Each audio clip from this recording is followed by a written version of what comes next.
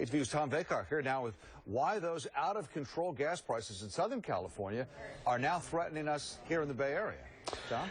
Indeed they are. California's 15 refineries do have the capacity to keep us in our special clean air blend of gasoline. But like many refineries, they like to export gasoline as well, and that can affect California's supply right here. This is the petroleum products tanker Nord Imagination. We saw it move high in the water, apparently empty, from this anchorage near the ballpark yesterday to the ConocoPhillips refinery in Rodeo, where it sat today apparently loading refined product bound for Chile. I called the refinery to see if it was exporting gasoline, currently in short supply in California, to South America, but the refinery did not respond. Severin Bornstein is a renowned economist at the UC Energy Institute at Haas School of Business. One of the things that crude oil companies and gasoline refiners do is they're constantly watching the price in different locations, and they will change the destination of a tanker if the price differential warrants it. California refiners argue that crude oil supplies are tight right now and that refining capacity is also tight. California gas inventories are at an all-time low, which causes our prices to spike. And yet, the refiners are shipping to South America, to Chile, to Central America. In Chile, a gallon of gasoline or diesel sells for about $4.75 a gallon, higher than even California prices.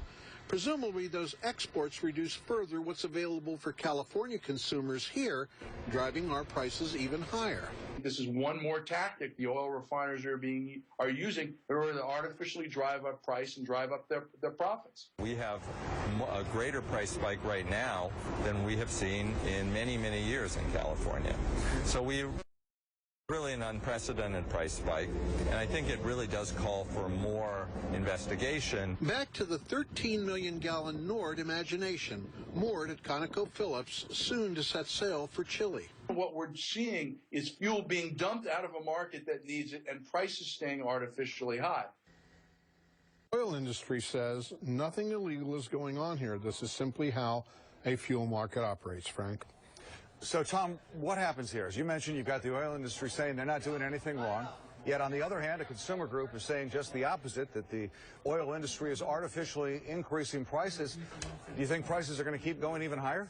Well, they have every ability to go higher because we haven't done two things. Number one, we haven't backfilled with the crude oil we need to make gasoline, and the inventories are low. And whenever inventories are low, for whatever reason, prices tend to spike upwards. So we are very likely to see prices go higher, substantially higher, before there will be some diminution in price. But in the meantime, there are questions that have to be asked. How can it be there's not enough crude oil? Did 5 refineries in Southern California all of a sudden forget how to order oil?